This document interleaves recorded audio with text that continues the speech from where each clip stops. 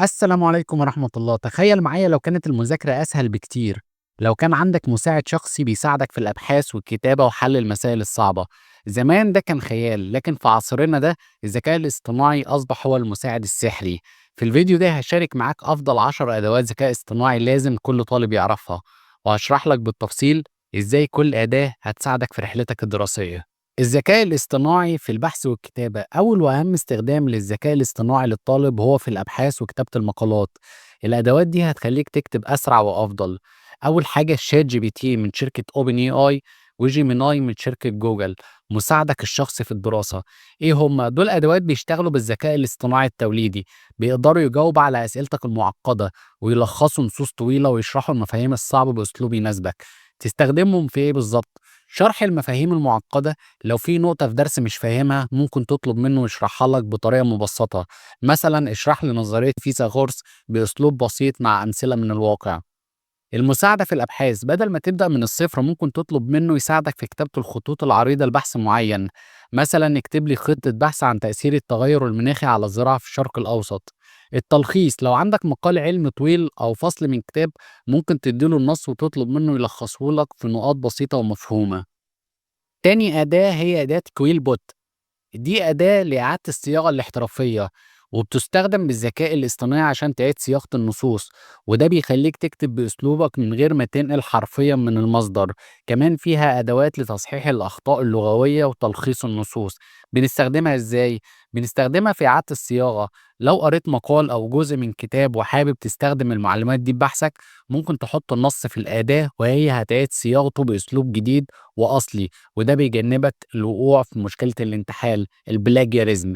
تحسين الكتابة، الأداة بتقدم لك اقتراحات لتحسين أسلوبك وتخليه أكتر احترافية وأكاديمية. خلينا بقى نتكلم عن دور الذكاء الاصطناعي في الرياضيات والعلوم. مين قال إن الذكاء الاصطناعي بس في الكتابة؟ في أدوات بتخلي أصعب المسائل الرياضية والعلمية سهلة، زي وولفرام ألفا. ده محرك البحث الذكي للبيانات. ده مش مجرد محرك بحث عادي، هو محرك بحث بيشتغل بالذكاء الاصطناعي، متخصص في حساب البيانات والإحصائيات والمعلومات الأكاديمية المعقدة. بنستخدمه إزاي؟ في حل المسائل الرياضية، ممكن تديله أي معادلة أو مسألة رياضية وهو يحلها، وكمان هيشرح لك الخطوات بالتفصيل، زي مثلا حل لي المعادلة التفاضلية ديت. تاني حاجة البيانات العلمية، لو محتاج معلومات دقيقة عن عنصر كيميائي أو إحصائيات عن دولة معينة أو مقارنة بين دولتين، هو هيجيب لك المعلومات دي في ثواني. أربعة فوتوماس، لحلول المسائل الرياضية بالكاميرا. تطبيق ذكي بيستخدم كاميرا الموبايل عشان يحل أي مسألة رياضية بمجرد ما توجه الكاميرا عليها. بنستخدمه إزاي؟ ببساطة افتح التطبيق ووجه الكاميرا على المسألة اللي في الكتاب أو الورقة، وفي ثواني هيطلع لك الحل مع شرح كامل للخطوات. دي أداة ممتازة عشان تتأكد من حلولك وتفهم الطريقة الصحيحة. الذكاء الاصطناعي في تعلم اللغات والإبداع، ال AI مش بس للمواد الأكاديمية، هو كمان أداة رائعة للإبداع وتعلم مهارات جديدة.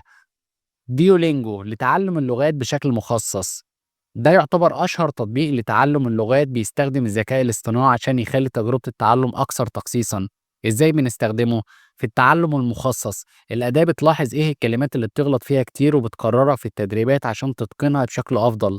التفاعل الصوتي، الأداة بتستخدم الذكاء الاصطناعي عشان تتعرف على صوتك وتصحح النطق بتاعك في اللغة اللي بتتعلمها. ميد جيرني ودالي لإنشاء الصور بالذكاء الاصطناعي، دي أدوات بتقدمها شركة ميد جيرني وشركة أوبن اي آي، وهي أدوات قوية لإنشاء صور من مجرد كتابة وصف بسيط. بنستخدمهم إزاي؟ في العروض التقديمية، لو عندك عرض تقديمي ومحتاج صور تعبيرية ومبتكرة ممكن تطلب من الأداة صورة طالب يذاكر في الفضاء كمثال، وهي تعمل لك صورة فريدة. توضيح المفاهيم، ممكن تستخدم الصور اللي بتنتجها الأدوات دي عشان توضح مفاهيم معقدة في بحثك أو عرضك. الذكاء الاصطناعي في التنظيم والإنتاجية، الدراسة مش بس مذاكرة، هي كمان تنظيم وإدارة الوقت، والأدوات دي هتساعدك تكون أكثر تنظيما. نوشن اي آي مساعدك في تنظيم الملاحظات. نوشن هو تطبيق شهير لتنظيم المهام والملاحظات، حاليا أضافوا عليه ميزة الذكاء الاصطناعي اللي بتخليه أقوى بكتير. إزاي بتستخدمه؟ تنظيم الملاحظات، ممكن تطلب منه يلخص لك ملاحظات المحاضرة أو يحولها لجدول منظم، أو حتى يضيف عليها نقاط مهمة. إنشاء خطط للدراسة، ممكن تطلب منه يعمل لك خطة دراسة أسبوعية بناء على المواد اللي عندك. أداة جرامرلي لتدقيق النصوص والواجبات، أداة ذكاء اصطناعي عشان تدقق النصوص بتاعتك وتتأكد إنها خالية من الأخطاء النحوية والإملائية وعلامات الترقيم. إزاي بنستخدمها؟ مراجعة الواجبات قبل ما تسلم أي واجب أو بحث مرره على جرامرلي عشان تتأكد إن الأخطاء اللغوية مش هتنقص من درجاتك. اقتراحات الأسلوب، الأداة مش بس بتصحح الأخطاء لكن كمان بتديك اقتراحات عشان تحسن أسلوب كتابتك وتخليه أكثر وضوحا. على قد ما الذكاء الاصطناعي فيه مميزات كتير، برضه في شوية تحديات لازم نكون واخدين بالنا منها. أولا الاعتماد الكلي، الذكاء الاصطناعي أداة مساعدة مش بديل للعقل البشري. الاعتماد عليه بشكل كلي ممكن يضعف قدراتك في التفكير النقدي وحل المشاكل. تاني حاجة الخصوصية، بعض الأدوات دي بتجمع بيانات عن استخدامك، لازم تكون واخد بالك من سياسة الخصوصية بتاعتها وتتأكد إن بياناتك في أمان.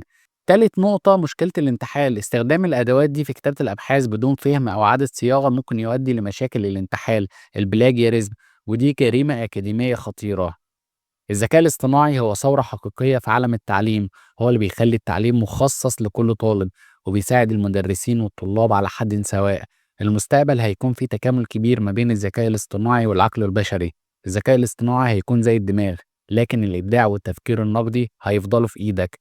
دلوقتي إيه أكتر أداة من اللي ذكرناها لفتت نظرك؟ وإيه الأدوات اللي ممكن تستخدمها في دراستك؟ شاركنا رأيك في التعليقات، ولو عجبك الفيديو ما تنساش تعمل لايك وسبسكرايب للقناة عشان يوصلك كل جديد. والسلام عليكم ورحمة الله تعالى وبركاته.